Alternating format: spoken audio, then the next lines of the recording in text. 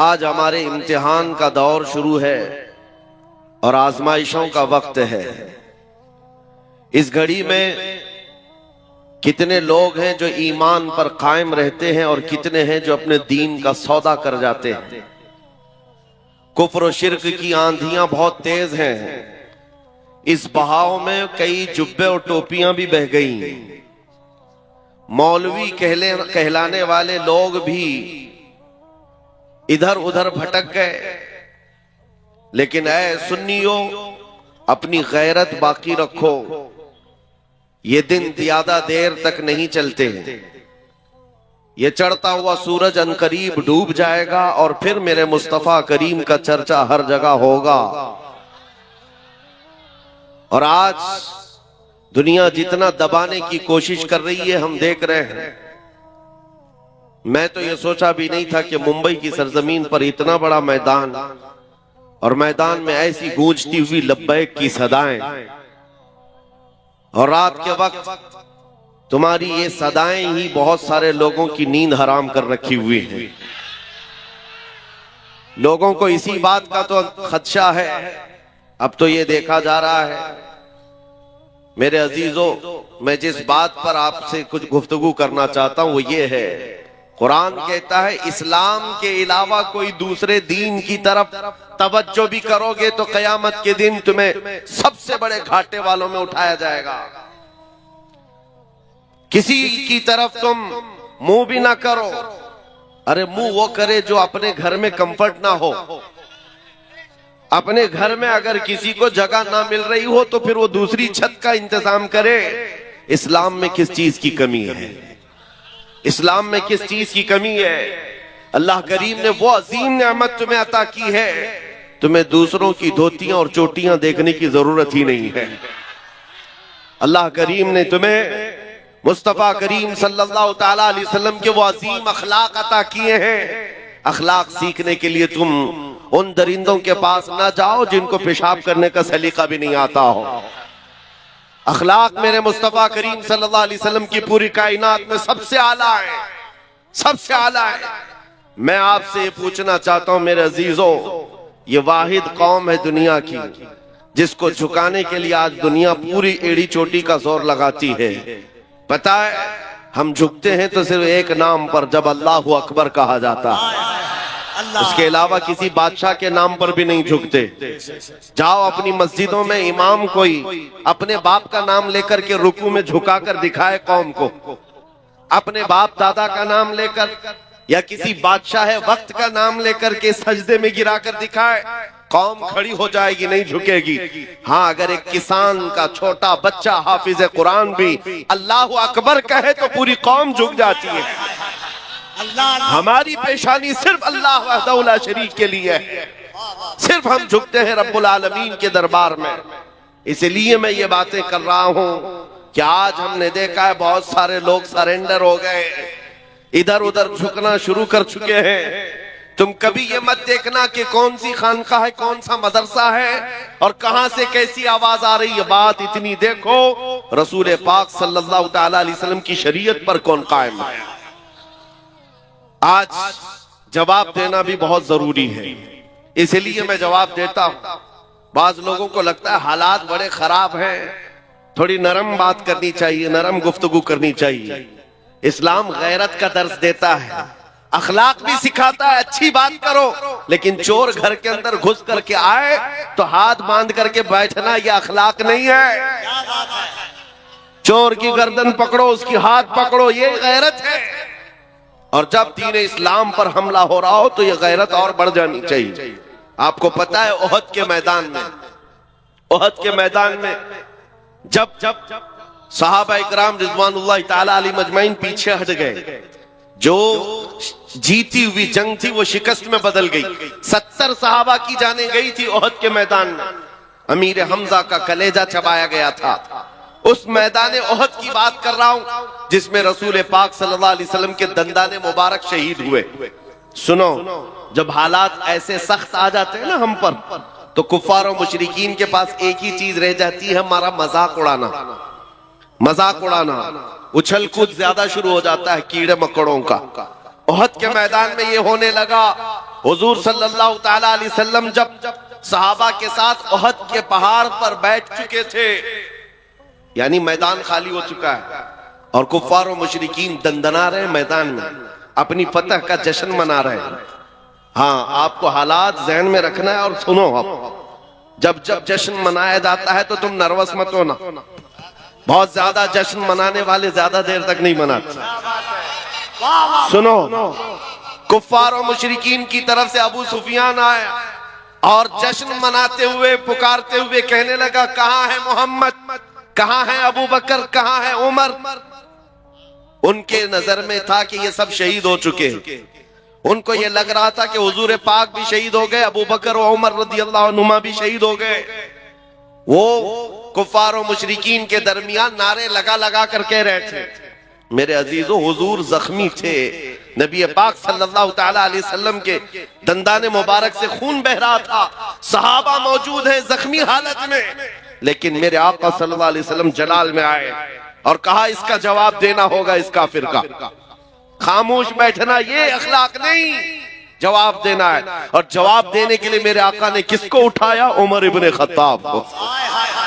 کہا عمر کھڑے ہو جاؤ، عمر کھڑے ہو جاؤ، جواب دو۔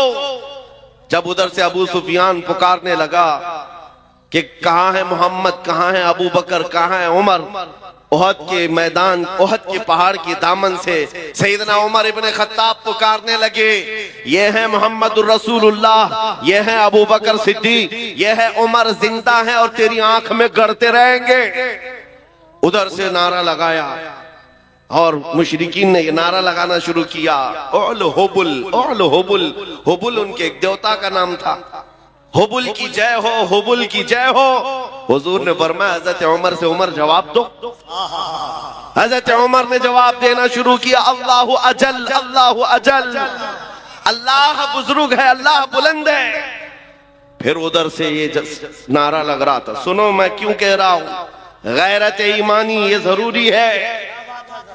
نعرہ یہ لگانے لگے، لنا عزا ولا عزا لکم۔ عزا بھی ان کی ایک دیوی کا نام تھا۔ احد کے میدان میں مشرکین کہہ رہے ہیں، ہمارے پاس عزت دینے والی دیوی ہے، تمہارے پاس کچھ نہیں ہے۔ حضرت عمر کو پھر حضور نے کہا جواب دو۔ حضرت عمر کہتے اللہ مولانا ولا مولا لکم، اللہ ہمارا مددگار ہے، تمہارا کوئی نہیں ہے۔ آخری نعرہ بڑا دلچسپ ہے، آخری نعرہ جس کے بعد کافروں کی زبان بند ہو گئی۔ ابو سفیان نے کہا کب تک جواب دو گے؟ عمر دیکھو ہم نے بدلہ لے لیا، برابر برابر ہو گئے۔ بدر کے میدان میں جو پہلی جنگ تھی اس میں 70 کافر مارے گئے تھے اور احد کے میدان میں 70 مسلمان شہید ہو گئے۔ ابو سفیان کہتا ہے دیکھو برابر ہو گیا، تم نے ایک سال پہلے 70 ہمارے مارے تھے، اس سال 70 ہم نے تمہارے مارے، جنگ برابر ہو گئی۔ حضرت عمر کھڑے ہوتے ہو کہتے ہیں ابو سفیان کہاں کی برابری، کس برابری کی بات کر رہا ہے؟ کوئی برابری نہیں، تمہارے مارے ہوئے مردے دوزخ میں ہیں، ہمارے مرے ہوئے جنت میں ہیں۔ نعرہ تکبیر، نعرہ رسالت۔ یہ غیرت ایمانی ہے۔ احد کا میدان کیا ہوا؟ حالات صحیح تھے، حالات صحیح تھے وہاں پر۔ 70 صحابہ کی جانیں گئی ہیں، کیسی کیسی تکلیفیں احد کے میدان میں تھی، بیان کرنے سے کلیجہ منہ کو آتا ہے۔ حضرت عبداللہ بن جہش صحابی ہیں جن کے جسم کے 80 ٹکڑے کر دیے گئے تھے۔ سعد ابن ربی جن کا پیٹ پھاڑ کر آنتڑیاں باہر نکالی گئی تھی۔ انس بن نزیر وہ صحابی ہیں جن کی انگلی کے علاوہ پورا جسم ملا ہی نہیں۔ یہ احد کے میدان میں اتنے سخت حالات میں سیدنا عمر کھڑے ہو کر جواب دے رہے ہیں۔ سنو میرے عزیزو، آج کے وقت میں اگر کوئی یہ کہتا ہے نہیں جواب دینا چاہیے تو پھر میں کہتا ہوں حدیث پاک کی روح کے اعتبار سے اس عالم کو گونگا شیطان کہا گیا، گونگا شیطان کہا گیا ہے۔ تم اپنی ماں کے اوپر آ جائے، بیوی کے اوپر آ جائے، بچوں کے اوپر آ جائے تو جواب دیتے ہو۔ محمد رسول اللہ کی ذات پر یا اسلام پر یا قرآن پر بات آئے تو میرے عزیزو پھر زندگی کے یہ حکمتیں اور مصلحتیں نہیں دیکھی جاتی۔ ہماری عزت، ہماری آبرو رسول اللہ کے نام سے ہے۔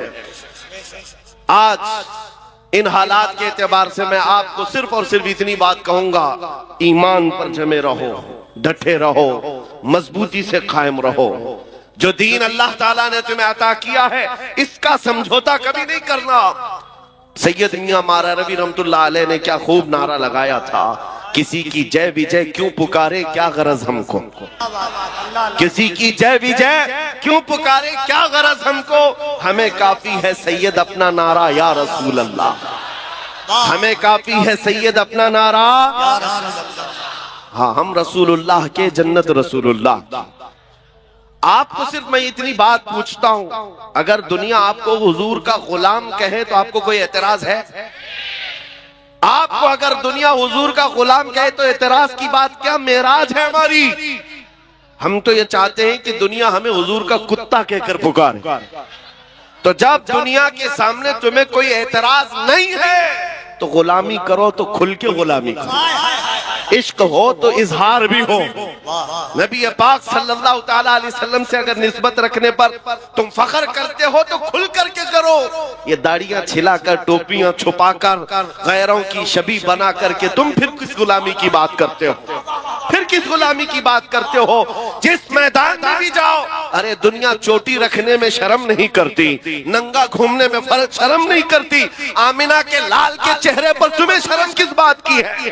نعرہ تکبیر, نعرہ رسالت, عظمت اسلام, پیغمبر اسلام. حیا اور شرم کس بات کی ہے؟ اس لیے میں نوجوانوں سے صرف اتنا کہتا ہوں, میں تلوار, ہتھیار, نیزے, بھالے, بندوق, بارود کی بات نہیں کرتا. ہماری امیج ایسی بنا دی ہے لوگوں نے کہ یہ بہت بھڑکاتے ہیں, یہ بھڑکاؤ مولانا ہے. اور جن کو یہ لگتا ہے, میں کہتا ہوں ہاں میں اتنا بھڑکانا چاہتا ہوں, اتنا بھڑکانا چاہتا ہوں, ہمارا نوجوان تمہارے ننگے پن سے بیزار ہو کر مدینے کی گلیوں میں گھومنے والا دیوانہ بن جائے. ہاں اتنا بھڑک جائے کافی ہے. نبی پاک صلی اللہ تعالیٰ علیہ وسلم کی محبت میں وہ مدینے کی گلیوں میں گھومنے والا دیوانہ بن جائے. عزیزان گرامی وقار, ہماری کامیابی حضور کے قدموں سے ہے, اسی گنبد خضرا کی چھاؤں میں ہے جہاں پر صحابہ, تابعین, اولیاء, کاملین نے کامیابیاں حاصل کی ہیں. آج کے ان حالات سے بہت سارے لوگ یہ کہتے ہیں. اچھا ایک بات میں آپ کو بتا دوں, کل ہی کی بات ہے جمعہ میں, اس سے پہلے مجھے کسی نے کہا بھی تھا کہ آپ کی تقریریں سب اچھی ہیں, ساری چیزیں ٹھیک ہیں, لیکن یہ جو حالات ہیں فلسطین میں اتنے مارے جا رہے ہیں, 20,000 کے قریب قتل ہو گئے, عراق میں, شام میں, افغان میں, برما میں, ہر جگہ تو قتل تمہارا ہی ہوتا ہے. یہ سوال آپ کو بھی کیا جائے گا. ٹھیک ہے, تمہارا خدا سچا, تمہارا نبی اچھا, تمہاری کتاب سب سے بلند, تمہارا دین سب سے بہتر, تو پھر یہ مارے کیوں جاتے ہیں, اتنے کاٹے کیوں جاتے ہیں؟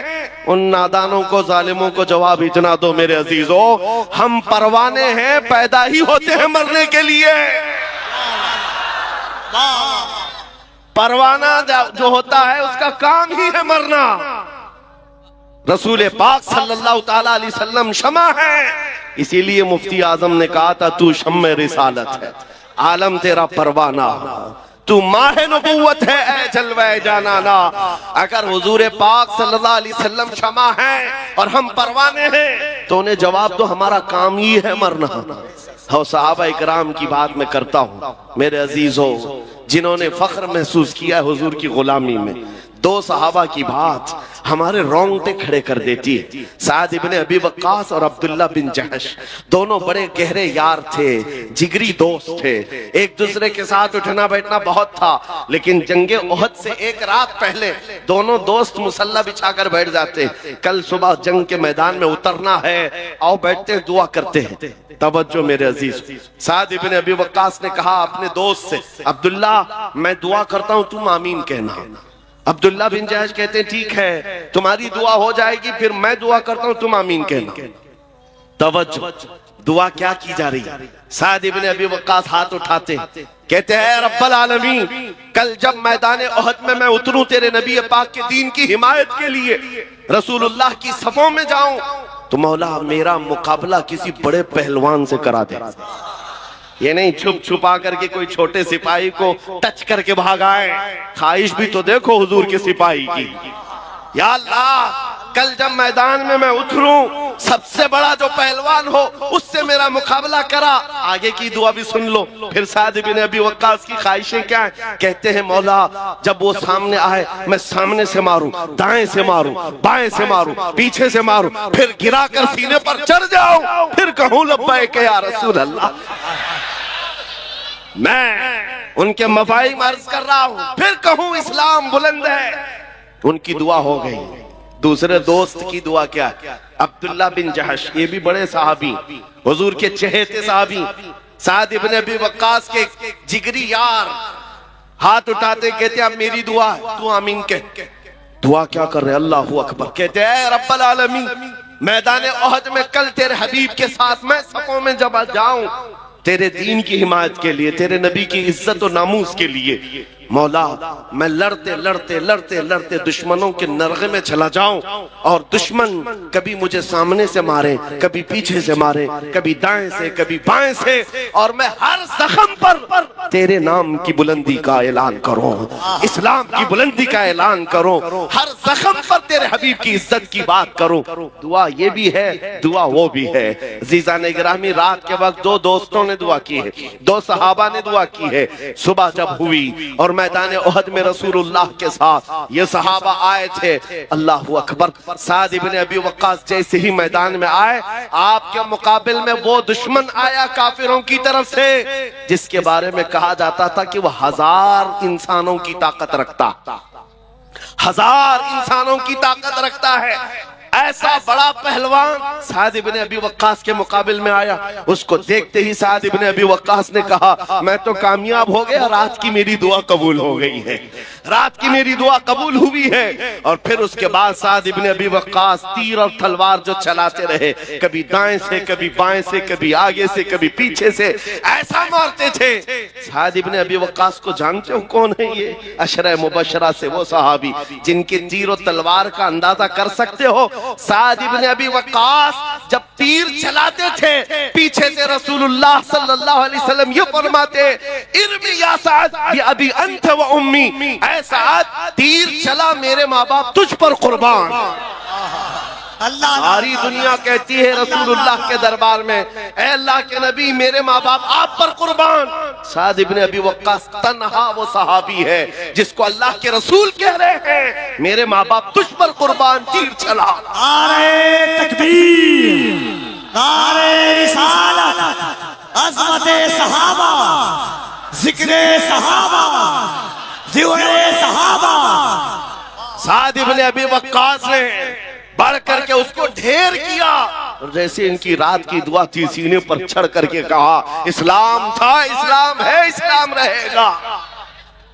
شام ہو گئی جب جنگ ختم ہوئی، میں مختصراً عرض کر رہا ہوں، اور جب پتہ یہ چلا کہ اس مسلمانوں میں 70 شہید ہو گئے ہیں، سعد ابن ابی وقاص کہتے ہیں میرے دوست میرے جگری یار کی کیا خبر ہے؟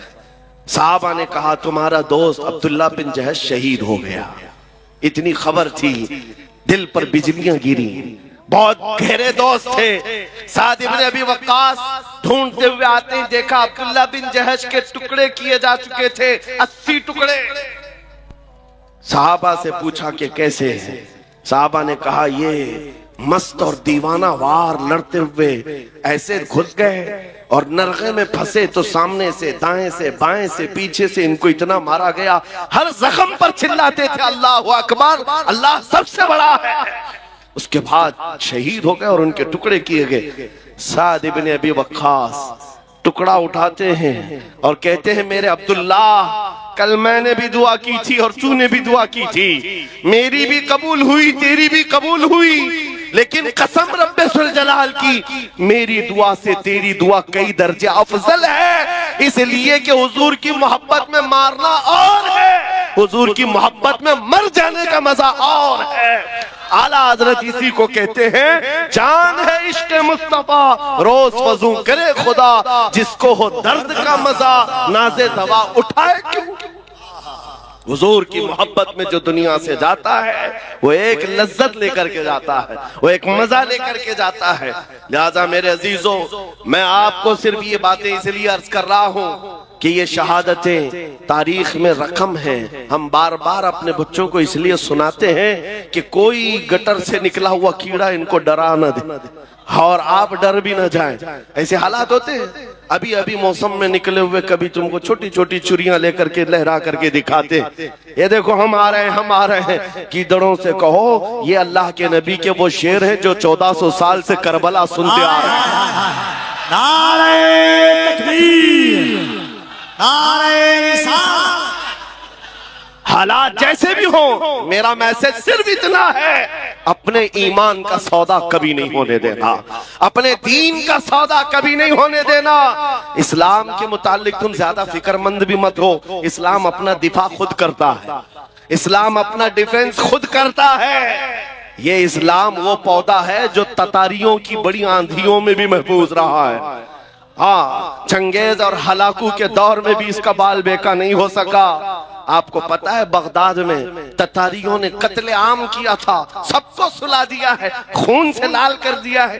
اور تتاری بادشاہ کی بیٹی شام میں گھومنے کے لیے نکلی ہے تو اس وقت دیکھا کہیں سے اذان کی آواز آ رہی. ہم نے تو بغداد کی اینٹ سینٹ بجا دی, پھر بھی آواز آ رہی. لوگوں کو یہی تو درد ہے, ہم نے کئی سالوں سے ان کے پیچھے محنت کی, پھر بھی اذان کہیں نہ کہیں سے آتی, اذان کی آواز آتی ہے. ہاں وہ آئے گی. ایک بات بتا دوں, کفیل صاحب اس کو نوٹ کریں, ایک مسجد میں کسی بت کے رکھ دینے سے وہ بت قضا نہیں ہوتا. تاریخ گواہ ہے 307 کعبے کے اندر تھے, تب بھی کعبہ کعبہ تھا.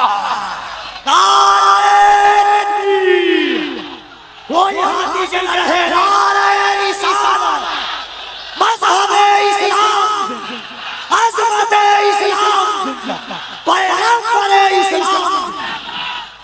کعبہ کعبہ ہی تھا, کعبے کا طواف کبھی نہیں رکا, کعبہ کا حج ہوتا رہا. 360 بیٹھے تھے تب کعبہ کعبہ تھا. اور پھر میرے آقا صلی اللہ علیہ وسلم تشریف لائے اور ہر طرح کی شرک اور کفر سے کعبے کو پاک کیا. اور ہمارا یقین ہے محمد عربی کا غلام کبھی تو آئے گا اور پھر بت قدے سے اس مسجد پاک کو پاک کر کے قوم کے حوالے کرے گا انشاءاللہ. میری بات سنو, تتاریوں کی بیٹی نے پوچھا اس وقت اذان کی آواز کہاں سے آ رہی ہے, آواز کہاں سے آ رہی ہے؟ لوگوں نے کہا ڈھونڈتے, دیکھا تو ایک چھوٹی سی دکان میں ایک بوڑھا آدمی ہے اذان دے رہا ہے. پکڑ کے لاؤ اس کو, پکڑ کر کے لائے. بوڑھے لوگ جو ہیں بڑے سخت ہوتے ہیں. ہاں, ابھی ہم ایک بوڑھے صاحب کا انٹرویو بھی دیکھ رہے تھے, بڑے تن کر کے جواب دیتے, کیونکہ ان کو پتا ہے اب بچا کیا ہے, اب بچا کیا ہے, داڑھی سفید ہو گئی, کمر جھک گئی ہے, جانا ہے ویسے بھی. تو بوڑھا اذان دے رہا ہے بغداد کی گلیوں میں. تتاریوں کی بیٹی بڑی سخت دل کی تھی, گرفتار کر کے لائی. کہا بابا تجھے پتا ہے ہم نے یہاں تو پوری کی پورے مینار گرا دیے, کھوپڑیوں سے مینار بنائے ہیں تمہارے, اس وقت تم اذان دے رہے ہو. بوڑھے نے کہا جب تک میری سانس چلتی رہے گی اذان دیتا رہو. اس خاتون نے ایک سوال پوچھا کہ اچھا تجھے اتنا یقین ہے تیرے خدا پر, تو پھر تیرا خدا بچایا کیوں نہیں؟ ہم اتنا مار رہے تھے اور اتنے لوگوں کو مارا ہے, تمہارا خدا کہاں ہے, کیوں نہیں بچایا؟ بوڑھے نے بڑی دانش مندی کا جواب دیا. کہا بیٹی تجھے پتا ہے بکریاں پالنے والا ریوڑ لے کر کے جب چلتا ہے تو ساتھ میں کتا بھی لے کے چلتا ہے. بکری کبھی ریوڑ سے ہٹ جاتی, ادھر ادھر جاتی ہے تو کتا بھونک بھونک کر کے اس کو جماعت میں شامل کرتا ہے. ہم امت مصطفیٰ کبھی بھٹک جاتے جماعت سے ادھر ادھر, مولا تم جیسے کتے چھوڑتا ہے, تم بھونک بھونک کر کے ہمیں پھر شریعت میں لے آتے. یہاں حالات ہیں بھونکنے والے, اگر اور تیزی سے بھونکے تو میرا یقین ہے کہ یہ جو بچے ادھر ادھر بھٹکے ہیں انشاءاللہ میرے مصطفیٰ کی چھاؤں میں ضرور آ جائیں گے, آئیں گے نا انشاءاللہ. اب اپنے دین کی حفاظت کرنی ہے, اخلاق سے کرنی ہے, حضور پاک کی سنتوں سے کرنی ہے. اب ہماری جو زندگی باقی ہے میرے عزیزوں یہی اظہار بھی کرنا ہے. اور ایک بات میں یہ بھی بتا دوں, حالات کے اعتبار سے چنگیز یہ بھی 50 لاکھ انسانوں کے قتل کا اس کے اوپر الزام بھی ہے, اور بلکہ حقیقت ہے 50 لاکھ لوگوں کو مارا ہے. روزانہ قتل نہیں کرتا تو کھانا نہیں کھاتا. ایک مرتبہ یہی ہماری جماعت، مسلمانوں کی جماعت میدان میں گرفتار کر کے لائی گئی، 3 صفوں میں کھڑا کیا، خود گھوڑے پر بیٹھا ہوا ہے، کھلونے سے کھیل رہا ہے۔ جلاد کو بلایا کہ اب ان کی صفیں اڑانا شروع کر دو، گردنیں اڑاؤ۔ ان حالات میں سنو میرے عزیز، پہلی مرتبہ جب جلاد گردن پر تلوار اڑانے لگا، چلانے لگا، تو ایک پہلی صف میں بوڑھے میاں تھے، وہ ہٹ کر کے پیچھے چلے گئے، دوسری صف میں چلے گئے۔ پہلی صف میں نمبر نہ آئے، دوسرے میں چلے جاتے، مرنا تو تھا ہی۔ جب پہلی صف والوں کو پورا جلاد اڑا دیا، گردنیں اڑ گئیں، دوسرے صف کی باری آئی۔ چنگیز دیکھ رہا تھا کہ یہ بوڑھا پیچھے چلا گیا ہے، کہاں تک جائے؟ دوسری صف کو حکم دیا، جلاد کو حکم دیا گیا مارو۔ قتل کرتے کرتے گردنیں اڑاتے ہوئے آیا، یہ بوڑھا تیسری صف میں چلا گیا، تیسری صف میں گیا۔ اب آخری صف ہے، اس کے پیچھے کچھ تھی نہیں۔ اب چنگیز نے تیسری صف کے قتل کے حکم سے پہلے مذاق میں کہکہا مار کر کے پوچھا، بوڑھے پہلی صف میں کھڑا تھا، دوسری میں آ گیا، دوسری میں کھڑا تھا، اب تیسری میں آ گیا، تیسری کی باری شروع ہو رہی ہے، آپ کہاں جائے گا؟ بوڑھے نے کہا اب بھی میرا اللہ ہے، اب بھی اللہ ہے، نا امید نہیں ہے۔ اس نے ابھی جلاد کو حکم دیا ہی تھا، اس چنگیز کے ہاتھ میں جو کھلونا تھا، گھوڑے پر بیٹھ کر کھیل رہا تھا، اچانک گر گیا، اور وہ کھلونا اٹھانے کے چکر میں جیسے ہی جھکا، اس کا گھوڑا بدک گیا، اس کا پیر گھوڑے کی زین میں پھنس گیا اور گھوڑا بھاگنے لگا۔ اتنا بھاگا کہ چنگیز کے سر کو پتھروں سے ٹکراتے ٹکراتے، گھوڑا کسی کے قابو میں نہیں ہے، سارے سپاہی گھوڑا پکڑنے کے پیچھے بھاگے ہوئے ہیں، سارے وزیر پکڑنے کے لیے جا رہے ہیں۔ گھوڑا اس وقت جا کر رکا جب اس کا سر پھٹ کر 2 ٹکڑے ہو گئے، مر چکا ہے، اور ساری سلطنت ایک آن میں ختم۔ بوڑھا اپنے ہاتھ اٹھا کر کہتا ہے، اے دنیا والو دیکھو میرا مولا موجود ہے، کیسے بھی حالات ہو میرے عزیزو اللہ ہے۔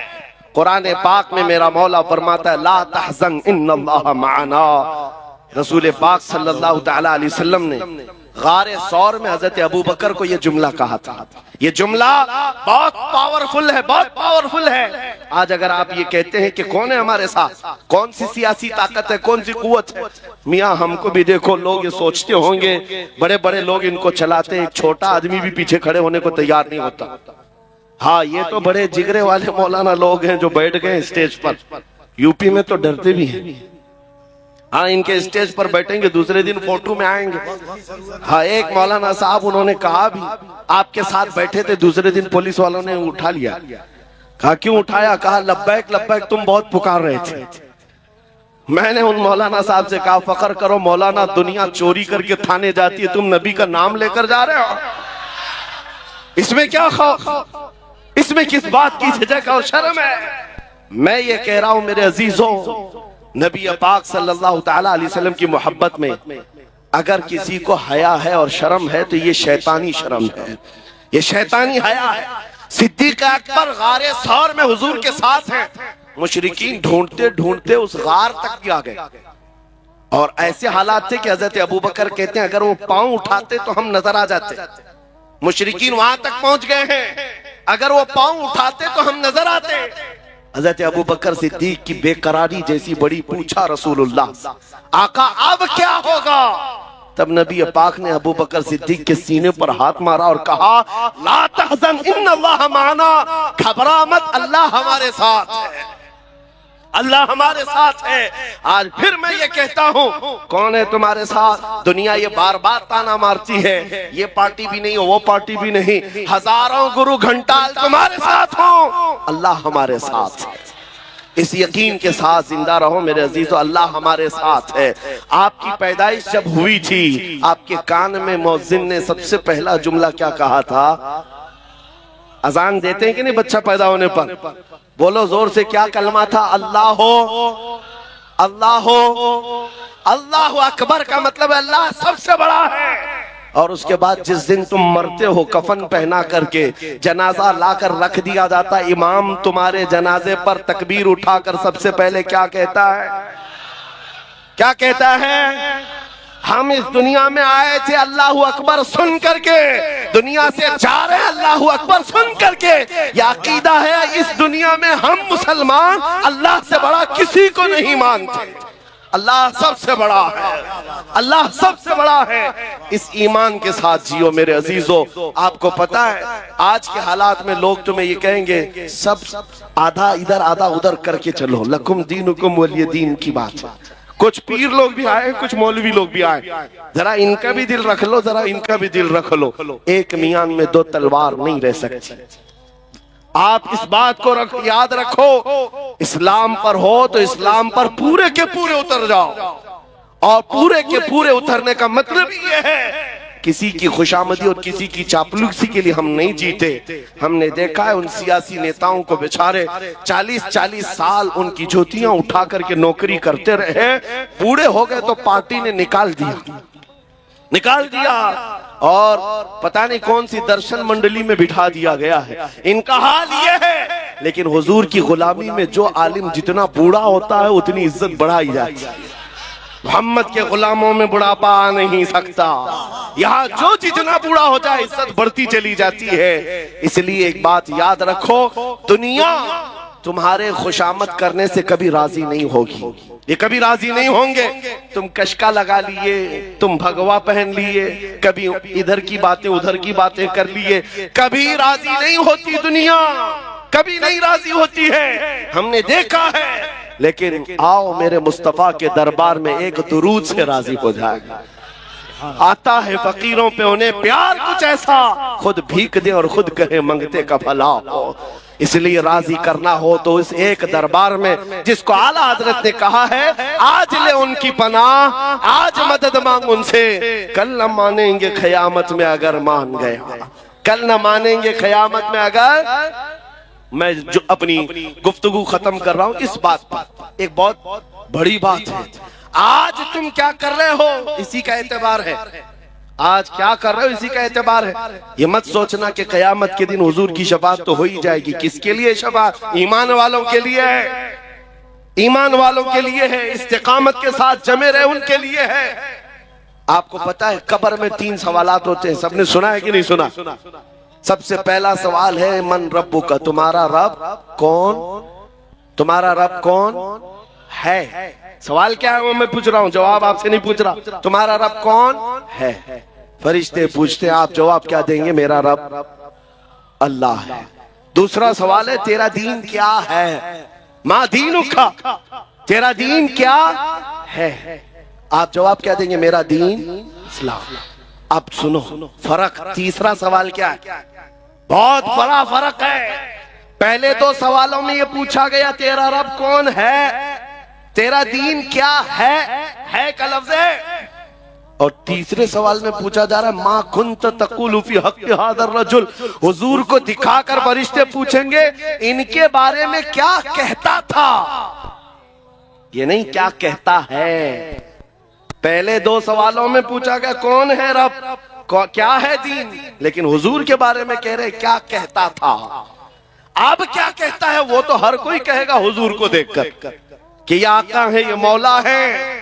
حضور کے جلووں کو دیکھ کر کے پھر ہر کوئی مان لے جائے، اس وقت ماننا اعتبار نہیں ہوگا۔ اسی لیے فرشتے کیا پوچھیں کیا کہتا تھا، اسی لیے آج کے دور میں کیا کہتے تھے اسی کا اعتبار ہوگا۔ اے سنی ہو، قبر کے اندر وہ سنی غلام مصطفیٰ مچل کر کے کہے گا حضور کے بارے میں کیا کہتا تھا، وہ اپوزیشن والے ہیں جو ڈر جائیں گے، حضور کے بارے میں جواب نہیں دے سکیں گے، جواب نہیں دے سکیں گے اور وہ ڈر جائیں گے۔ کیا کہتے تھے ان کو پتا ہے، یہی تو کہتے تھے پیٹ پیچھے کا علم نہیں، یہی تو کہتے رہے معاذ اللہ بچوں کے علم کے برابر، یہ سب بولتے رہے، وہاں قبر میں کیا بول پاؤ گے۔ ہاں سنی گدا کہے گا اے فرشتوں اب تو پائے ناز سے اے فرشتوں کیوں اٹھوں، مر کے پہنچا ہوں یہاں اس دل ربا کے واسطے، مر کے پہنچا ہوں یہاں اس دل ربا کے واسطے۔ حضور کے بارے میں کیا کہتا تھا، یہی تو کہتا تھا سرور کہوں کہ مالک و مولا کہوں تجھے، باغ خلیل کا گل زیبا کہوں تجھے، تیرے تو وصف عیب تناہی سے ہیں بری، حیران ہوں میرے شاہ میں کیا کیا کہوں تجھے۔ لیکن سب سے پہلی چیز یہ ہے کہ جس دین اسلام سے ہم وابستہ ہیں، جس دین اسلام پر ہم زندہ ہیں، وہ دین ایسا ہے جس کے متعلق اللہ خود قرآن میں فرماتا ہے وَرَضِيتُ لَكُمُ الْإِسْلَامَ دِينًا، تمہیں اسلام دے کر میں راضی ہوا۔ اور اللہ تعالیٰ جس چیز سے راضی ہے اس میں عیب نام کی کوئی چیز نہیں ہو سکتی۔ اللہ جس چیز سے راضی ہے اس کے اندر خرابی نہیں ہو سکتی، اور دین اسلام سے اللہ راضی ہے۔ یہ قرآن پاک کی آیت ہے اور سب سے آخری آیت۔ حجۃ الوداع کے موقع پر رسول پاک صلی اللہ تعالی علیہ وسلم کا جب آخری حج تھا اس دن یہ آیت نازل ہوئی تھی۔ اللہ نے فرمایا آج کے دن میں نے تمہارا دین مکمل کر دیا اور اپنی نعمتیں تمام کر دی اور تمہیں دین اسلام دے کر میں راضی ہوں۔ اب اس دین کے اوپر جو جو سوالات کھڑے کیے جاتے ہیں یہ ان کی اپنی سمجھ اور فہم کے مطابق ہوتا ہے۔ فی نفسی جو دین اسلام ہے اس کو اگر سمجھنے والا سمجھ لے تو میرے عزیزو انسان کی فطرت کے مطابق یہ دین بنا ہوا ہے، اس میں عیب نام کی کوئی چیز ہے ہی نہیں۔ ہاں یہ ہو سکتا ہے کہ اسلام کی تشریح کرنے والے لوگ غلط آ سکتے ہیں، اسلام کے پرچار کرنے والے غلط آ سکتے ہیں، اسلام غلط نہیں ہو سکتا۔ یہی وجہ ہے کہ نقصانات جو دین اسلام کو پہنچے ہیں وہ اس کی تشریح کرنے والوں سے پہنچے ہیں۔ کسی نے اپنی سمجھ کے مطابق یوں بتایا کہ اسلام ایسا ہے تو غلطی اس کی۔ پرانے زمانے میں ہم نے ایک بات سنی تھی کہ کسی گاؤں میں رات کے وقت ایک ہاتھی آ گیا اور گاؤں والوں نے کبھی ہاتھی دیکھا نہیں تھا، تو گاؤں کے جو مکھیا تھے انہوں نے ہاتھی کو اپنے گودام میں بند کر دیا۔ بہت اندھیرا تھا، گاؤں میں شور ہو گیا، ہاتھی آیا ہاتھی آیا۔ سب لوگوں نے شور مچایا، مکھیا کے گھر کے پاس بھیڑ جمع ہو گئی، کہا ہم کو دیکھنا ہے ہاتھی۔ اس نے کہا کہ سب کو تو نہیں دکھا سکتا، 4 لوگوں کو بلاؤ، میں ان کو بھیج دوں گا، وہ دیکھ کر کے آئیں گے اور تم کو بتائیں گے۔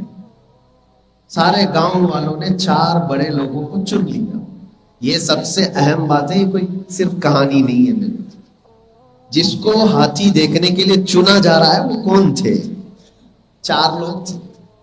ان سے کہا گیا جاؤ تم دیکھ کر کے آنا، گاؤں والوں کو بتا دینا۔ سب سے پہلے ایک آدمی اندر گیا، اندھیرا تھا، کیا نظر آتا؟ جاتے ہی ہاتھی کی پونچھ اس کے ہاتھ میں آئی۔ اس نے سوچا کہ ہاتھی جو ہے ایک پائپ کی طرح ہوتا ہے، ایک رسی کی طرح ہوتا ہے۔ ہاتھی باہر آیا اور اس کے بعد لوگوں سے کہا، لوگوں نے پوچھا ہاتھی کیسا ہے؟ اس نے کہا ایک رسی کی طرح ہوتا ہے ہاتھی۔ دوسرا شخص اندر گیا، اس کے ہاتھ میں سیدھے ہاتھی کے پیر آ گئے۔ وہ ہاتھی کے پیر کو ادھر ادھر سے ناپا اور اندھیرے میں دیکھ کر باہر آیا اور کہا۔ لوگوں نے پوچھا کیسا ہے ہاتھی؟ کہا وہ پہلا والا جھوٹ بول رہا ہے، رسی کی طرح نہیں ہوتا، ایک پلر کی طرح ہوتا ہے ہاتھی۔ ایک گھر کا جو بڑا پلر ہوتا ہے عمارت کا، ویسا ہوتا ہے ہاتھی۔ تیسرا گیا، اس کے ہاتھ میں تو پیٹ آ گیا۔ اس نے آ کر کے کہا ہاتھی ایک ڈھول کی طرح ہوتا ہے۔ چوتھا گیا، اس کو سونڈ نظر آئی۔ اس نے کہا نہیں، ایک تو ہاتھی ایک موٹے پائپ کی طرح ہوتا ہے۔ چاروں کا اختلاف ہے، دیکھا ایک ہی ہاتھی کو۔ مسئلہ یہ ہے کہ جو اندھیرا ان کے بیچ میں ہے، اس لیے صحیح معنوں میں ان چاروں نے ہاتھی کو دیکھا ہی نہیں، اور انہوں نے آ کر کے جو بیان کیا لوگوں کو ماننا تھا۔ یہاں آ کر کے میرے عزیزو ایک بہت عظیم بات میں آپ کے سامنے کرنے جا رہا ہوں۔ جنہوں نے اسلام کو پڑھا ہی نہیں، دور سے صرف چھو لیا اور باہر آ کر کے بتایا اسلام ایسا ہے، تو لوگوں نے اندھا دھند ان کی پیروی کی اور گمراہ ہو گئے۔ اسی لیے اللہ کے نبی صلی اللہ علیہ وسلم ارشاد فرماتے ہیں قیامت کے قریب تم دیکھو گے کہ لوگ جاہلوں کو اپنا سردار بنا لیں گے اور وہ بغیر علم کے فتویٰ دیں گے اور خود بھی گمراہ ہوں گے اور دوسروں کو بھی گمراہ کریں گے۔ جن کو اسلام کی تشریح آتی نہیں، ان کے ذریعے سے اگر اسلام کو دیکھا جائے گا تو انسانوں کا، مسلمانوں کو گمراہ ہونا ضروری ہو جاتا ہے۔ اس لیے سب سے پہلی چیز یہ ہے کہ علم کی روشنی اس کے پاس ہو، کما حق وہ اسلام کو سمجھا ہوا ہو، اور جب وہ تشریح کرتا ہے تو اسلام کی صحیح معنوں میں وہ تصویر لوگوں کے سامنے پیش کر سکتا ہے۔ ورنہ ہوتا یہ ہے، ایک بادشاہ آیا اور اس نے ایک مسلمان کو بلایا اور کہا کہ قرآن میں تو یہ ہے فَاقْتُلُوا الْمُشْرِكِينَ حَيْثُ وَجَدْتُمُوهُمْ، مشرکین کو جہاں پاؤ قتل کر دو، تو کیا یہ حکم صحیح ہے قرآن میں؟ وہ سیدھا سادہ مسلمان تھا، تھوڑا بہت پڑھا لکھا ہوگا، نیم ملا ہوگا، اس نے کہہ دیا ہاں یہ بالکل پکا حکم ہے، جہاں پاؤ قتل کرو۔ تو بادشاہ نے کہا تم کیا قتل کرو گے؟ میں کرتا ہوں۔ اس کو بھی مارا اور جہاں جہاں مسلمان ملتے تھے قتل کرتا چلا گیا۔ بادشاہ مشرک تھا، اس نے کہا جب ہمارے قتل کی بات آئی ہے تو ہم پہلے کرتے ہیں، ہمارے پاس پاور ہے، ہمارے پاس طاقت ہے۔ دن بھر میں اس نے ہزاروں لوگوں کو قتل کر ڈالا، اور یہ سلسلہ چلتا رہا چلتا رہا۔ جو جید علماء تھے ان کے پاس یہ بات پہنچی کہ بادشاہ کو ہو کیا گیا ہے۔ تو ایک جماعت علماء عالم البلد جن کو کہا جائے، شہر کے سب سے بہترین کامل علماء تھے، وہ آئے، کہا کہ ہمیں بادشاہ سے ملنا ہے۔ بادشاہ نے کہا کہ کیا بات ہے، کس بات پر آپ ملنا چاہتے ہیں؟ انہوں نے کہا کہ آپ کس بنیاد پر سارے لوگوں کا قتل کر رہے ہیں؟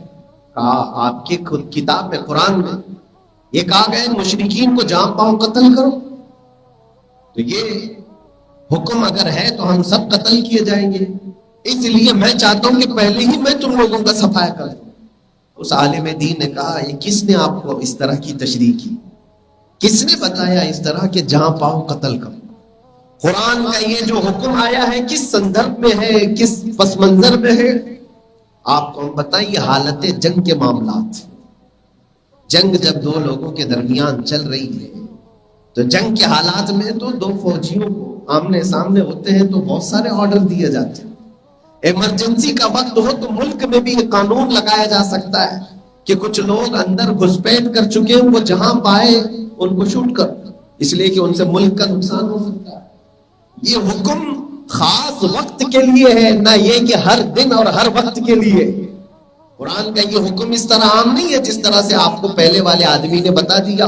اسلام کی اس نے غلط تشریح کی آپ کے سامنے، ایک آدمی کی غلط تشریح کی وجہ سے ہزاروں لوگوں کا بادشاہ نے قتل کر ڈالا۔ پھر بادشاہ کو جب یہ احساس ہوا کہ نہیں، اسلام اس طرح کا حکم نہیں دیتا، یہ تو صحیح تشریح کر رہے ہیں۔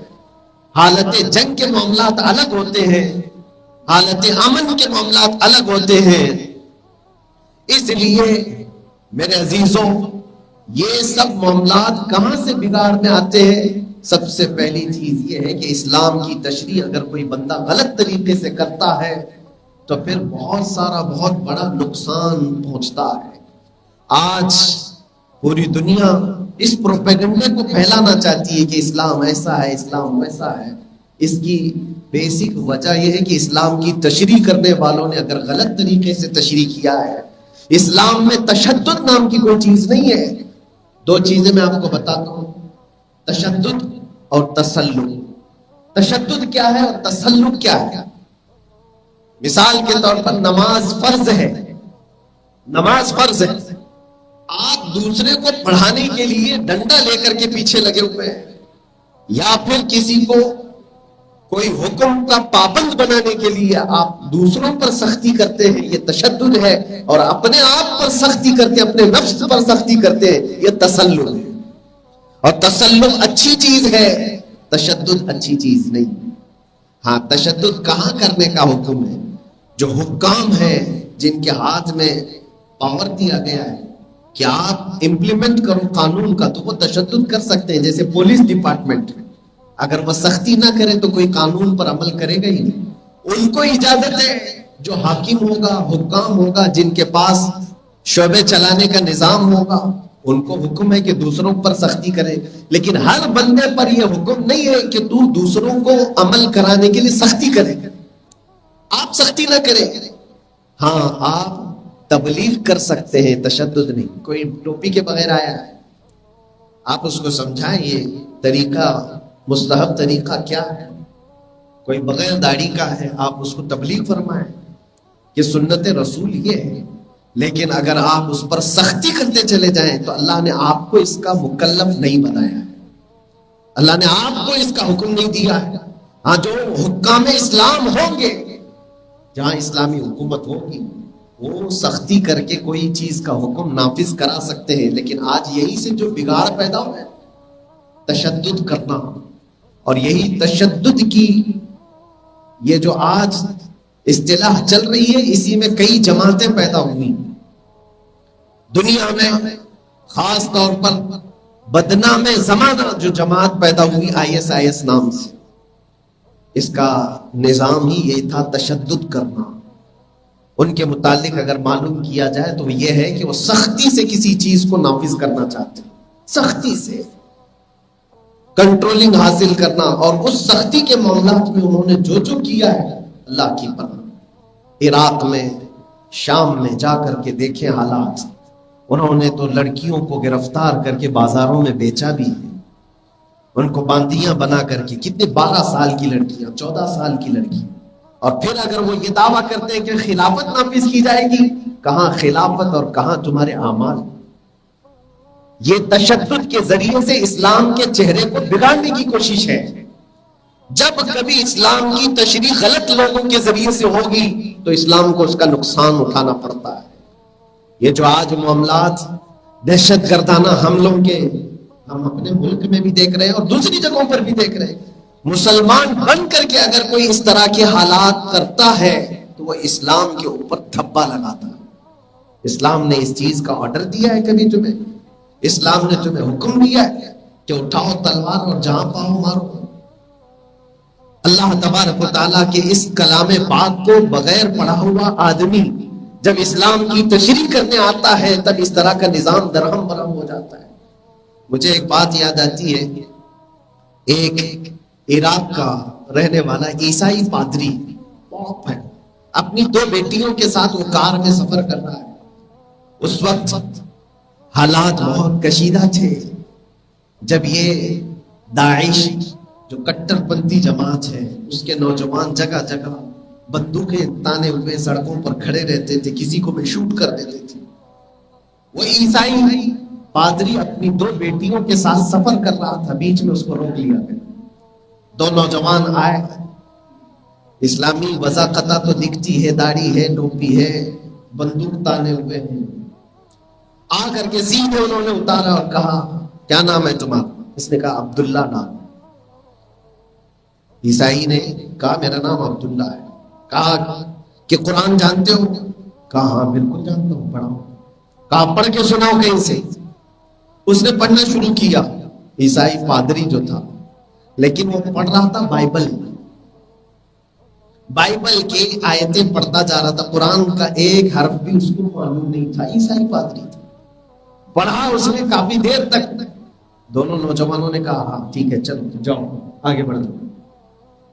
آگے بڑھنے کے بعد اس کی بیٹیوں نے اس سے پوچھا کہ بابا آپ نے جب اس لوگوں نے روکا تو آپ نے جو پڑھ کے سنا ہے وہ تو بائبل تھی، انجیل تھی، پھر انہوں نے کیسے چھوڑ دیا؟ آپ نے کتنا یقین کے ساتھ پڑھا کیسے ان کے ساتھ؟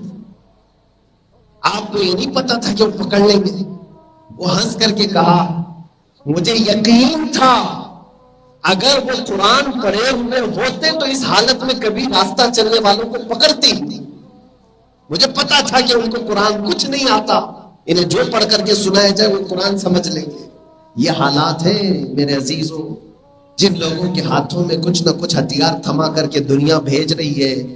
اس لیے اپنے نوجوانوں کی تربیت اس انداز سے کرو کہ نوجوانوں، انٹرنیٹ کا زمانہ ہے اور یہ سوشل میڈیا کا زمانہ ہے، کہیں پر بھی تم داخل ہوتے ہو کسی میدان میں تو سوچ سمجھ کر کے جاؤ۔ تمہارا ایک شیئر کرنا، تمہارا ایک ٹیگ کرنا، کہ تمہارا لائک کرنا، اس کا بھی حکم نافذ ہوتا ہے۔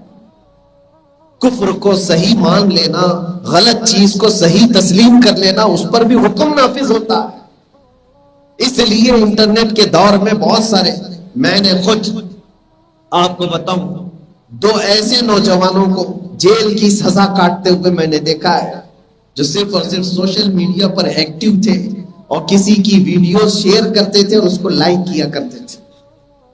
کام ان کا کچھ نہیں ہے، لیکن حکم ان کے اوپر ہے. تم اس طرح کی چیزیں پسند کرتے ہو تو اس کا مطلب ہے تمہاری مانسکتا بھی ایسی ہے. جب یہ دنیا کا قانون ہے تو یاد رکھو قیامت کے دن بھی یہ قانون نافذ ہوتا ہے. قرآن پاک کی 19ویں پارے کے پہلے صفحے کی یہ آیت سے اللہ تعالیٰ فرماتا ہے بہت سارے لوگ ایسے ہوں گے جن کو کھینچ کر لے جایا جا رہا ہوگا اور وہ جہنم کی طرف وہ چیخ کر کے کیا کہتے ہیں، یا ویلتا لیتنی لم اتخذ فلانا خلیلا لقد اضلنی عن الذکر بعد اذ جاءنی. کہتا ہے کہ کاش میں فلاں کی دوستی نہیں کیا ہوتا تو اچھا ہوتا، میرے دوست نے مجھے اللہ کے ذکر سے روک دیا اور گمراہ کیا تھا. دوستی اگر تمہاری غلط سنگت میں چلی گئی ہے تو قیامت کے دن دوست جہاں جا رہے ہوں گے وہاں تمہیں بھی لے جایا جا رہا ہوگا. کس صحبت میں بیٹھتے ہو یہ ہمیشہ یاد رکھو. آس پاس اللہ کے نبی صلی اللہ تعالی علیہ وسلم نے ارشاد فرمایا اچھے لوگوں کی صحبت میں بیٹھنے والے کی مثال عطر کی دکان میں جانے کے برابر ہے. عطر کی دکان میں جاؤ گے خوشبو نہ بھی لگاؤ تو بدن میں خوشبو آ ہی جاتی ہے. اور برے لوگوں کے ساتھ بیٹھنے کی مثال میرے آقا نے فرمایا ایسے جیسے کوئلے کی کان میں جا کر کے آیا، کام تو کچھ نہیں کیا لیکن کالک ضرور لگ جاتی ہے. کوئلے کی کالک اپنے کپڑوں پر کچھ نہ کچھ لگ جاتی ہے. اپنی مجلسوں کو دیکھ سمجھ کر کے بیٹھا کرو، اختیار کرو. نوجوانوں یہ صرف اور صرف میں سوشل میڈیا کی بات نہیں کر رہا ہوں، میرے پاس وہ ساری چیزیں موجود ہیں. آج جو انویسٹیگیشن ہوتی ہے کسی کے اوپر تو سب سے پہلے اس کے فرینڈ سرکل کو بھی چھانا جاتا ہے، ڈھونڈا جاتا ہے. اس کے فرینڈ سرکل میں کون کون لوگ ہیں، کس طرح کے لوگوں کو اس نے ایڈ کیا ہوا ہے. واٹس ایپ گروپ چلاتا ہے تو اس کے گروپ کے اندر کیسے ممبر سے یہ دنیا میں دیکھا جا رہا ہے، قانون میں دیکھا جاتا ہے. اس لیے دیکھا جاتا ہے کہ اس کی مانسکتا پتہ چلے، اس کی ذہنیت پتہ چلے، کیسے دوست یہ اختیار کرتا ہے. یاد رکھو جب یہاں تمہارے فرینڈ سرکل کی وجہ سے قانون کا شکنجہ تم پر کسا جاتا ہے تو پھر قیامت کے دن بھی یہی حال ہونے والا ہے. قیامت کے دن یہ حال ہوگا. برے دوستوں کی وجہ سے کئی لوگ دوزخ کی طرف جا رہے ہوں، کئی لوگوں کو جہنم کی طرف لے جایا جا رہا ہوگا. سب سے بہترین چیز کیا ہے میں آپ کو بتاتا ہوں میرے عزیز. حضرت انس رضی اللہ تعالیٰ عنہ صحابی رسول ہیں، چھوٹی عمر کے تھے. وہ کہتے ایک حدیث میں نے رسول اللہ سے سنی ہے اور اس حدیث کو سننے کے بعد مجھے زندگی میں جتنی خوشی آئی اس سے بڑی خوشی کبھی آئی نہیں، اس سے بڑی خوشی کبھی آئی نہیں. تو ان سے پوچھا گیا کون سی ایسی حدیث آپ نے سنا، اللہ کے نبی صلی اللہ علیہ وسلم سے کون سی ایسی بات آپ نے سنی ہے. حضرت انس رضی اللہ تعالیٰ عنہ فرماتے ہیں اللہ کے نبی صلی اللہ علیہ وسلم نے فرمایا المرء مع من احب، قیامت کے دن ہر آدمی اس کے ساتھ ہوگا جس سے وہ محبت کرتا ہے.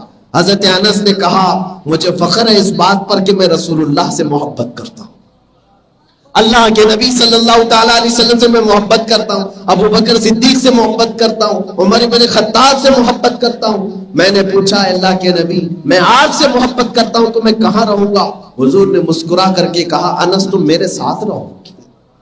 یہ حکم سب کے لیے میرے عزیزوں، سب کے لیے. تم دنیا میں جس سے محبت کرتے ہو اور جس کی چیزوں کو پسند کرتے ہو قیامت کے دن اسی کے ساتھ اٹھائے جاؤ. نوجوانوں سے میں پوچھتا ہوں آج تم نے اپنا آئیڈیل، اپنا ہیرو کس کو بنا رکھا ہے؟ تم کس کے فین بنے بن پھرتے ہو؟ ذرا سوچ سمجھ کر کے دنیا میں آئیڈیل منتخب کرنا. وہ نوجوان جو فیشن کی دنیا میں بھاگے چلے جا رہے ہیں، ان کے ہیئر کٹنگ سٹائلز، ان کے کپڑے پہننے کے سٹائل، ان کے چلنے پھرنے کے انداز، ان کے ہر چیز خریدنے کے انداز، یہ ساری چیزیں تم کس کو دیکھ کر کے کر رہے ہو؟ یہ تمہاری زندگی پر بھی اثر پڑتا ہے اور آخرت پر بھی اثر پڑے گا. آخرت پر بھی اثر پڑے گا. دنیا کو یہ نہ دیکھو دنیا کس چیز میں فیشن کرتی ہے. میرے عزیزو دنیا کفار و مشرکین کے لیے جنت کی طرح ہے، انہیں جنت کی طرح جینے دو. تمہیں یہاں ان کو دیکھنے کے لیے نہیں بھیجا گیا، تمہیں یہاں بھیجا گیا ہے اپنے نبی مکرم کو دیکھو، ان کے صحابہ کو دیکھو، اور اگر ان کے اخلاق و کردار کے ساتھ چلو گے تو میرے عزیزو ہم نے دنیا میں بھی عزت دیکھی ہے. آج جو دنیا میں عزت دیکھی ہے اللہ کا کروڑا احسان. میں جس علاقے میں بھی گیا لوگوں کا ہجوم میں نے اپنے ارد گرد پایا ہے. وہ اس لیے نہیں کہ میں کوئی بہت بڑا پرہیزگار یا کوئی بڑے منصب والا یا کوئی سیاسی عہدے والا، کچھ نہیں ہے میرے پاس، کچھ نہیں ہے. میں ایک چھوٹا سا طالب علم ہوں، جنوب ہند کا رہنے والا ایک چھوٹی سے علاقے کا، لیکن لوگوں کے ہزاروں لوگوں کے دلوں میں اللہ نے جو محبت رکھی ہے وہ نام مصطفیٰ کی برکت سے. حضور پاک صلی اللہ تعالی علیہ وسلم کی بات کرتا ہے. اور میں نے ایک بات بہت بچپن میں پڑھی تھی کہ نبی پاک صلی اللہ تعالی علیہ وسلم کی عزت کی حفاظت کے لیے کوئی کھڑا ہو جائے تو اللہ اس کی عزت اتنی بڑھاتا ہے کہ اگر وہ 70 دروازوں کے اندر بند بھی رہے اللہ پوری مخلوق کے دل میں اس کی محبت ڈالتا ہے. 70 دروازوں کے اندر بھی وہ بند رہے اللہ اس کی محبت مخلوق کے دل میں ڈالتا ہے. میں نے دیکھا ہے یقیناً اگر اس کو محاورتن کہا جائے تو میں 70 دروازوں میں 8 مہینے تک بند ہی تھا. ہم پر جو دروازے بند کیے گئے تھے وہ چھوٹے دروازے نہیں تھے، بڑے بڑے تالے والے، جہاں چڑیا بھی نظر نہ آئے، صبح کب ہوتی ہے شام کب ہوتی ہے اس کا بھی اندازہ نہیں ہوتا تھا، نمازیں اندازے سے پڑھ لیتا، سحری اور افطاری اندازے سے کر لیا جاتا تھا، اتنا وقت ہو رہا ہو. ان حالات سے گزرنے کے بعد باہر کی کچھ خبر نہیں تھی، لیکن بعد میں احباب نے بتایا بچے سے لے کر بوڑھے تک، جوان سے لے کر ہر مرد تک، عورتیں بچے سارے لوگ ہر مجلس میں، ہر محلے میں، ہر محراب پہ جو دعاؤں کا سلسلہ مجھ غریب اور فقیر کے لیے تھا تو میں محسوس کرتا ہوں یہ کمائی ہوئی چیز نہیں ہے، یہ اللہ کی طرف سے ڈالی ہوئی چیز ہوتی ہے.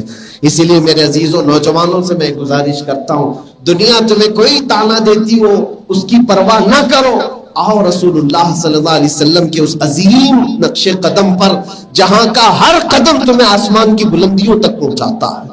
تمہیں ایسا لگتا ہے مجھے 4 لوگوں میں بیٹھنا پڑتا ہے، داڑھی رکھوں گا تو لوگ کیا بولیں گے، ٹوپی رکھوں گا تو لوگ کیا بولیں گے. لوگ کچھ نہیں بولتے، یہ مرنے کے بعد صرف انا للہ بولتے ہیں اور کچھ نہیں کرتے. صرف اتنا ہی. اگر انسانوں کے لیے اپنے آپ کو بدلنے سے رہ گئے تو پھر یہ وہ لوگ ہیں جو قبر پر تمہارے 10 منٹ بھی بیٹھنے والے نہیں ہیں. حشر کے تک چلنے والا جو سفر ہے تمہارا وہ حضور پاک کے سائے میں ہی چلنے والا ہے. حضور پاک صلی اللہ تعالی علیہ وسلم کی بارگاہ سے ہی یہ سفر ہوگا. آج تمہارے پاس جو چیز ہے اس کی قدر کرو، اور خاص طور پر جو حالات اس طرح کے پیدا ہیں اسلام کی تشریح سچے لوگوں سے سنا کرو. اسی لیے اللہ نے قرآن میں کیا فرمایا، یا ایھا الذین آمنوا اتقوا اللہ وکونوا مع الصادقین، اے ایمان والو اللہ سے ڈرو اور اس کے سچے بندوں کے ساتھ رہو. اور سچے کون ہیں؟ اللہ کے وہ اولیاء کاملین ہیں، انبیاء کرام ہیں، شہداء ہیں، صدیقین ہیں جن کا ذکر قرآن میں آیا. ان کے راستے پر ہی چلنا. گوگل کو اپنا استاد بنا کر کے رکھو گے تو یہ گوگل میپ جہاں لے جا کر پھنساتا ہے اسی طرح دین کے راستے میں بھی پھنس جاؤ. بہت سارے لوگ آج یہی سمجھتے ہیں، نئے لوگ اسلام کی تشریح کرنے کے لیے انٹرنیٹ پر نظر آئے، کوئی انجینئر آیا، کوئی پروفیسر آیا، کوئی ڈاکٹر آیا، لوگ یہ سمجھتے ہیں کیا بہترین ریفرنس کے ساتھ بتاتا ہے. میرے عزیزوں شیطان ان سے بھی بہت بڑا عالم تھا، اس کو معلم الملائکہ کہا جاتا ہے. کیا صرف کثرت سے علم ہونا یہ ہدایت کی علامت ہے؟ عشق رسول ساتھ میں ہو تو وہ ہمارے سروں کا تاج ہے. اور جو بندہ تمہیں بزرگوں سے دور کرتا جائے اور حضور پاک اور ان کے صحابہ سے دور کر کے چاہے وہ پہاڑ جیسا علم پیش کرے اس کی طرف توجہ ہرگز مت کرنا. ہمارے لیے دین وہی ہے جو غوث اعظم سے ہو کر کے آیا ہے، دین وہی ہے جو غریب نواز سے ہو کر کے آیا ہے. دین کی تشریح جنہوں نے کی ہے ان میں سب سے بلند و بالا نام امام احمد رضا خان فاضل بریلوی کا ہے. اسی لیے اس راستے پر ہم چلتے ہیں کہ اسلام کی صحیح معنوں میں تشریح کرنے والے یہ لوگ ہیں. دوسرے لوگوں کی تشریح پر چلیں گے تو پتہ نہیں کس کھائی میں گر جائیں گے. اللہ آپ سب کی اور ہماری حفاظت فرمائے. اور خاص طور پر میں تشدد سے روکنے کے لیے نوجوانوں سے یہ کہوں گا کہ اب جو حالات آنے والے ہیں بہت بڑے چیلنجز ہیں تمہارے ساتھ. ہمارے وجود کو برقرار رکھنا بھی مشکل ہوگا. آپ یہ مت سمجھنا کہ حکومت ایسی آ گئی، گورنمنٹ ایسی آ گئی، سیاست بدل گئی ہے اس کی وجہ سے حالات. نہیں، یہ میرے آقا صلی اللہ علیہ وسلم نے 1400 سال پہلے ہی خبر دی تھی کہ قیامت کے قریب تم پر ایک زمانہ ایسا آئے گا کہ ایمان پر قائم رہنا اتنا سخت ہو جائے گا جیسے ہتھیلی پر انگارہ لے کر کھڑا ہونا سخت ہے. اور حضور پاک صلی اللہ علیہ وسلم کی یہ حدیث بھی ہے, میرے آقا نے فرمایا اسلام پر چلنے والے کو لوگ ایسے تعجب سے دیکھیں گے جیسے چور کو اور زانی کو دیکھا کرتے ہیں, اور اس کو تانا دیا کریں گے, یہ دیکھو یہ مسلمان ہے, یہ دیکھو یہ ایمان والا ہے. ایک لوگوں کا بڑا مجمع ہوگا جو ایک سچے مسلمان کو دیکھ کر کے تعجب کیا کریں گے, یہ مسلمان ہے, یہ ایمان والا. وہ دور آئے گا جس پر تمہیں قائم رہنا بہت بڑا چیلنج ہے. اور اللہ کے نبی صلی اللہ علیہ وسلم نے یہ بھی فرمایا دجال کا ظہور آئے گا, اس سے پہلے حق کو باطل اور باطل کو حق بنا کر پیش کیا جائے گا, اور لوگ اس کو ماننے لگ جائیں گے, ماننے لگ جائیں. حق بات کو لوگ اتنی مرتبہ جھٹلائیں گے, اتنی مرتبہ جھٹلائیں گے, جھوٹ بول بول کر کے 100 مرتبہ کسی حق بات کو لوگوں کے ذہن میں بٹھانے کی کوشش کی جائے گی کہ یہ جھوٹ ہے, یہ جھوٹ ہے, جو آج میڈیا کر رہی ہے. یہ زمانہ اسی طرح کا آنے والا ہے. اور اللہ کے حبیب صلی اللہ علیہ وسلم فرماتے ہیں اس فتنے کے دور میں 100 لوگوں میں سے 99 نکل جائیں گے اور ایک بچا رہ جائے گا. اور حضور پاک صلی اللہ علیہ وسلم جب اس فتنے سے پناہ مانگتے تھے, دعا کرتے تھے, تو میرے عزیزو ہم سب کی ذمہ داری ہے کثرت سے دعا یہ کرے اللہ تعالیٰ ان عظیم فتنوں سے ہمارے ایمان کی حفاظت فرمائے. آنے والی نسلوں کے لیے بھی بہت سخت معاملات ہے, اسی لیے بچے ہوں تو ان کی تربیت اللہ کے حبیب صلی اللہ علیہ وسلم کی محبتوں میں کیا کرو, ان کے ساتھ عشق رسول دودھ کے ساتھ پلایا کرو, ان کو حضور کی سیرت اتنی پڑھاؤ, پھر وہ بچہ تمہارا جنگل میں رہے, کہیں پر بھی رہے, بے خوف ہو کر کے جیو, اس لیے کہ جس کے ساتھ حضور پاک صلی اللہ علیہ وسلم کی عظمت اور محبت ہوگی وہ کبھی گمراہ نہیں ہوگا, کبھی گمراہ نہیں ہوگا. حتیٰ کہ قبر کے معاملات میں بھی حضرت عمر ابن خطاب کی یہ بات ہے, آخری بات ہے میں سمیٹ رہا ہوں, ڈر اور خوف سے نکل کر حضرت عمر فاروق رضی اللہ تعالیٰ عنہ حضور صلی اللہ تعالیٰ علیہ وسلم کی مجلس میں بیٹھے, حضور نے فرمایا مرنے کے بعد 2 فرشتے آتے ہیں قبر میں, سوال کرتے ہیں تیرا رب کون ہے, تیرا دین کیا ہے, حضور کے بارے میں پوچھتے ہیں ان کے بارے میں کیا کہتا تھا, سب سے سوالات ان کے, اور وہ بہت سخت فرشتے ہیں, جھنجھوڑ کر کے اٹھاتے ہیں, نیلی آنکھوں والے, کالے چہرے والے. حضور پاک صلی اللہ علیہ وسلم نے حضرت عمر سے پوچھا عمر جب تیری قبر میں فرشتے آئیں گے تو کیا جواب دیں, کیا جواب دیں؟ سنو حضرت عمر کیا کہتے ہیں. عرض کرتے یا رسول اللہ صلی اللہ علیہ وسلم اس سے پہلے میں آپ سے ایک سوال کرنا چاہتا ہوں. کہا کیا؟ حضرت عمر کہتے ہیں مجھے یہ بات بتائیے آج جتنی میں آپ سے محبت کرتا ہوں کیا مرنے کے بعد قبر میں بھی یہ محبت قائم رہے گی؟ حضور پاک صلی اللہ علیہ وسلم نے فرمایا عمر دنیا والوں کی محبت ختم ہو جاتی ہے, مجھ سے جو محبت کرتا ہے وہ حشر تک قائم رہتی ہے, یہ محبت قائم رہے گی. تو حضرت عمر وجد میں آ گئے, خوشی میں آ گئے اور کہنے لگے یا رسول اللہ, تب پھر فکر کس بات کی, ملک یعنی منکر نکیر قبر میں آئیں گے تو پھر میں اگر آپ کی محبت ساتھ ہے تو آگے کے معاملات کو میں خود ہی نپٹ لوں گا, میں دیکھ لوں گا. یہ یقین کب ہوتا ہے؟ اللہ کے نبی ساتھ ہے, ان کی محبت پاس ہے, ہر خوف نکل جاتا ہے. صحابہ کا بھی یہی مسلک تھا, جب ان کے پاس بڑی بڑی مصیبتیں آتی تھیں تو وہ یہی کہتے تھے یا رسول اللہ کل مصیبت بعدک جلل, اے اللہ کے رسول اگر آپ ہیں تو ہر مصیبت چھوٹی ہے, ہر مصیبت ہلکی ہے. نوجوانوں کی تربیت اسی انداز سے کرو, حضور تمہارے ساتھ ہیں, میں نے اتنے مہینے کاٹ لیے, ہر دن غم کا علاج, غم کی دوا صرف ایک ہی تھی, اللہ کے نبی یاد کرتے ہیں, ہم اللہ کے نبی کو یاد کرتے ہیں, حضور ہمارے ساتھ ہے, حضور ہمارے ساتھ ہے. یہ فکر بچوں کے دل کے اندر رہے. اللہ کریم آپ سب کے جذبوں کو سلامت رکھے.